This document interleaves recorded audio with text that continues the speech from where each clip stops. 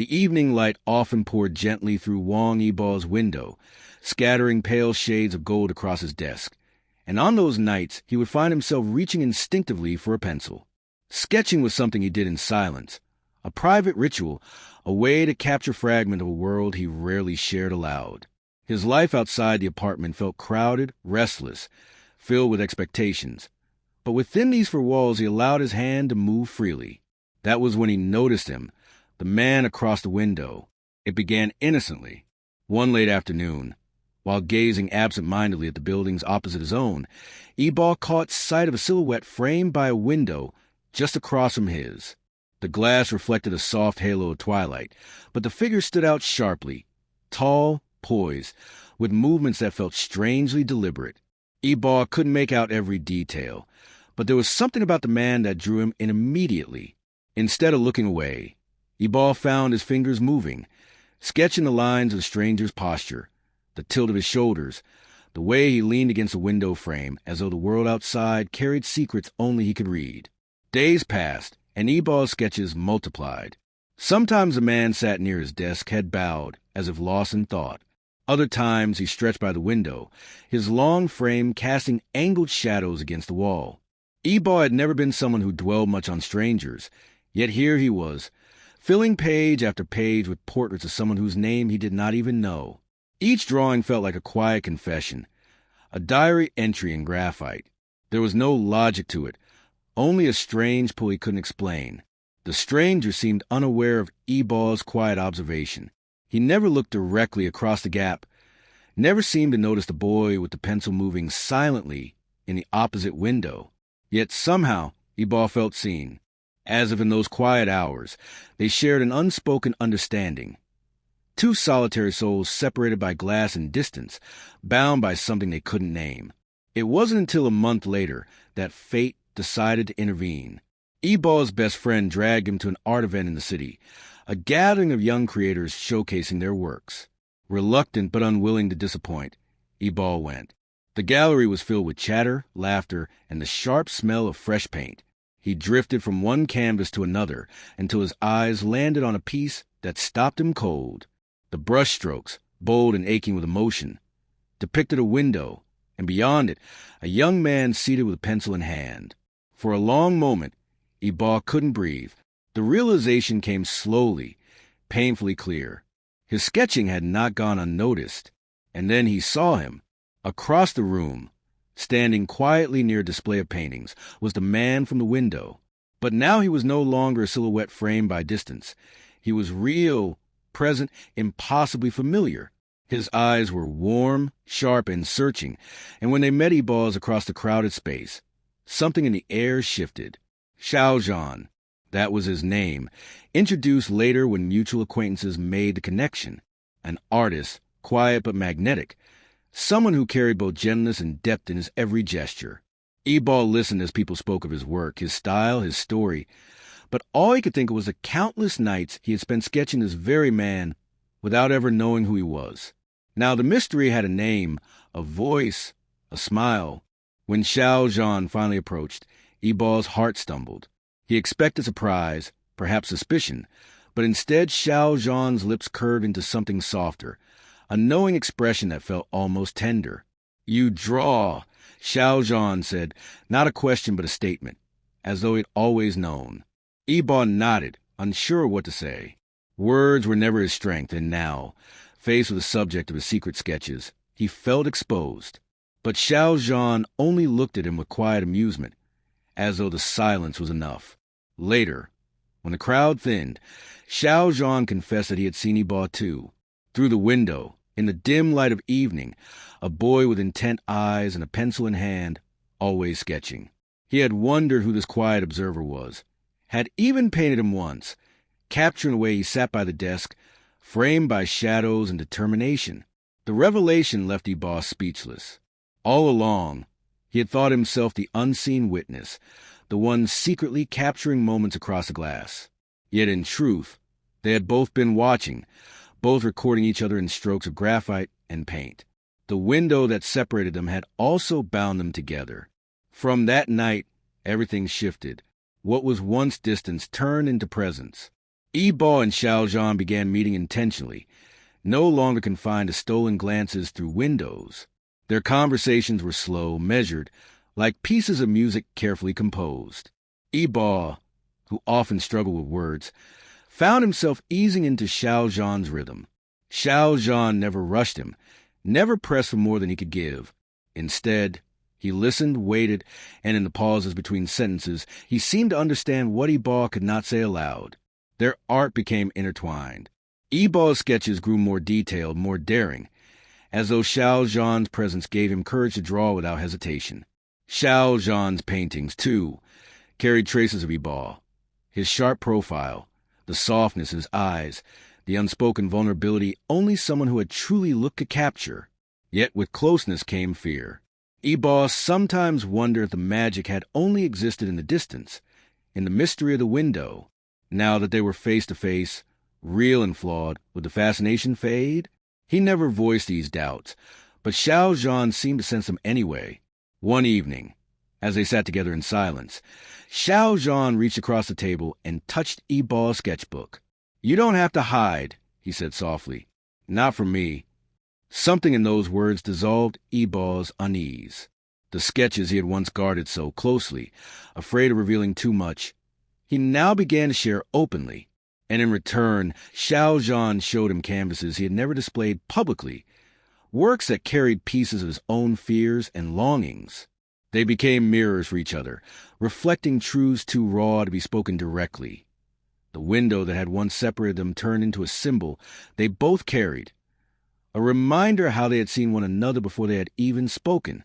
Sometimes, Yibo would still glance across the gap between their apartments, and when he caught Xiao Zhan's gaze of glass, it felt like a secret they still shared, even now that the distance no longer kept them apart. Seasons shifted. Rain streaked the windows they had once looked through. Snow fell softly, blurring the cityscape into shades of white. Through it all, Yibo and Xiao Zhan continued to create, together, apart, always aware of the invisible thread that tied them. Their bond was not sudden fire, but steady flame, built on quiet observation, patience, and the strange inevitability of two souls who had been sketching each other long before they ever touched. There were challenges, of course. The world outside their private sphere was not always kind. Whispers, doubts, and expectations pressed heavily on them, as they often do for those who live under scrutiny. But Yibo found strength in Xiao Zhan's steadiness, and Xiao Zhan drew light from Yibo's silent resilience. They returned, always, to the beginning, the window, the sketch, the quiet acknowledgement that they had chosen each other long before the world had a say. The first time Yibo really noticed him, the sky outside was painted with fading shades of orange. He had just returned from a long day, his body heavy with exhaustion, but something about the quiet of the evening tugged him toward the window. He set his sketchbook on the desk as always, flipped to a fresh page, and let his gaze wander. That was when he caught sight of the man across the way. The window framed him like a portrait. He was standing near the glass, half turned as if listening to something beyond.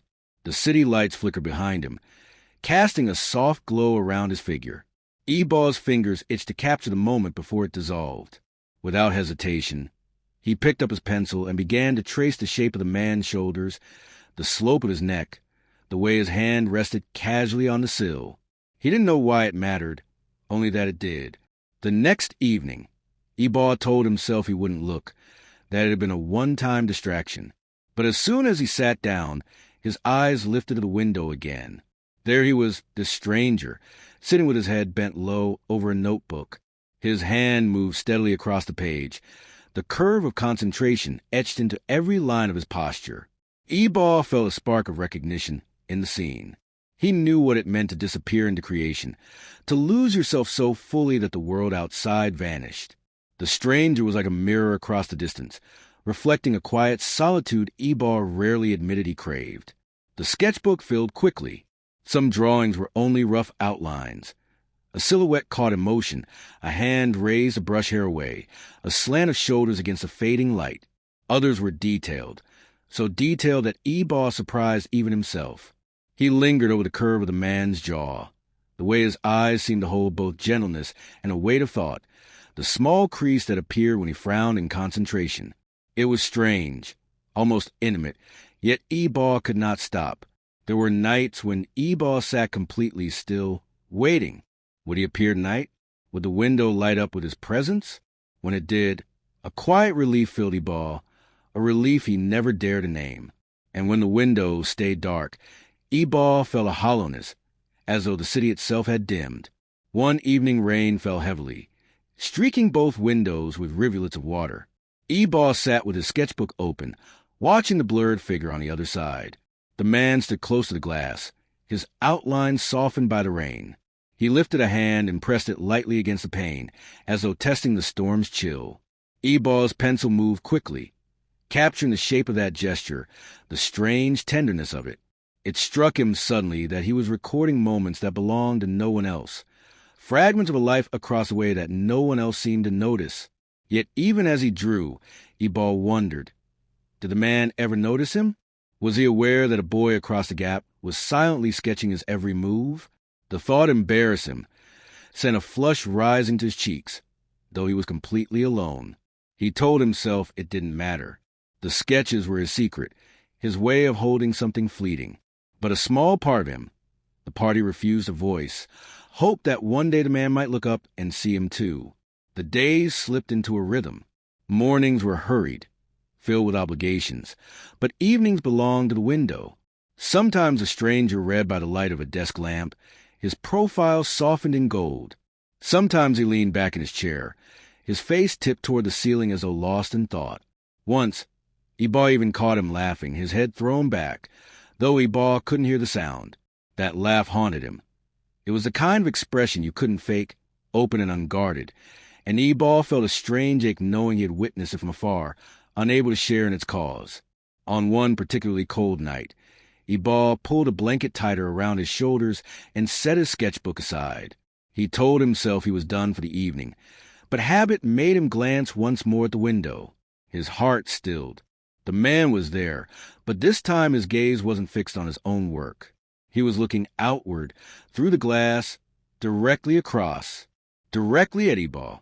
For a breathless second, their eyes met. The distance between them seemed to collapse into nothing. Yibo's chest tightened, panic and exhilaration flooding him all at once. He fumbled, nearly knocking his pencil cup over, before forcing himself to remain still. Did he know? Could he tell that Yibo had been sketching him for weeks? The man's expression was unreadable. He lingered for a moment longer, then turned back to his desk as though nothing had happened. But Yibo couldn't shake the feeling that something had shifted, as though the glass between them had cracked just slightly, allowing the possibility of connection to slip through. That night, Yibo couldn't bring himself to draw. Instead, he sat staring at the half-finished sketches scattered across his desk. Dozens of versions of the same man, captured in countless postures and moods, none of which revealed the truth of him. Who was he? What was his story?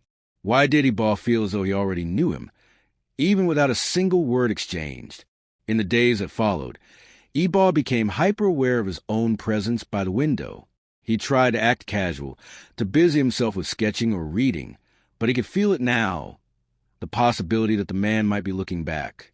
Each time he glanced up, he half expected to find those eyes waiting for him again. And though he never caught them directly, he felt watched in the gentlest way, like a secret he didn't mind being shared. It was a delicate dance, two lives moving in parallel, separated by glass, but bound by attention.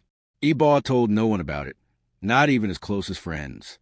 It was too strange, too fragile to put into words.